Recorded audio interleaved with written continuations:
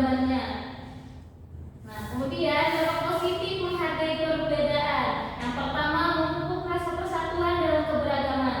Yang kedua, menyediakan ruang bagi semua orang untuk berkontribusi. Nah, ini mencakup perbedaan dalam masalah berpikir. Yang ketiga, membangun hubungan yang lebih erat dan saling pengertian di dalam masyarakat. Contoh menghargai perbedaan dalam kehidupan sehari-hari. Ada yang tahu?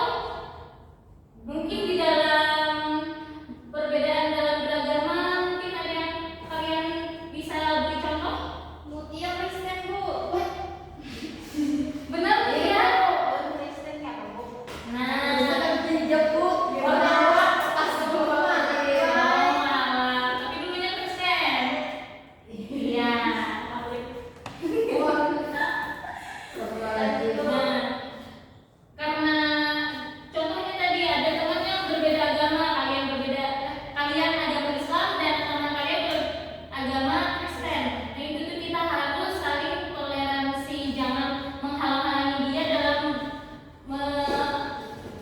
mempelajari agamanya. Jangan kita pengaruhi, jangan kita paksa untuk mengikuti kehendak kita. Kalau kita agama Islam, dia harus Islam juga, jangan. Kita harus toleransi. Nah, menghargai perbedaan bisa dilakukan dengan cara sederhana seperti mendengarkan tanpa menghakimi saat orang lain berbicara. Kemudian yang kedua, menghormati kebiasaan dan tradisi orang lain. Nah, seperti yang Ibu contohkan tadi. Dalam beragama kita tidak boleh memaksakan. Jadi kita harus menghormati kebiasaan dan tradisi apa aja yang ada di dalam agamanya. Kemudian yang ketiga, tidak memaksakan pandangan pribadi kepada orang lain.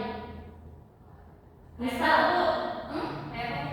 contohnya ada misal Arpiani di sekolah pakai kerudung, kalau di luar dia nggak pakai kerudung.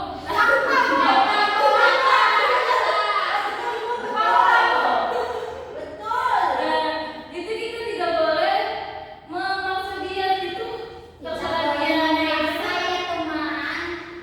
Tanggung jawab dia juga sih sebenarnya, ya kan?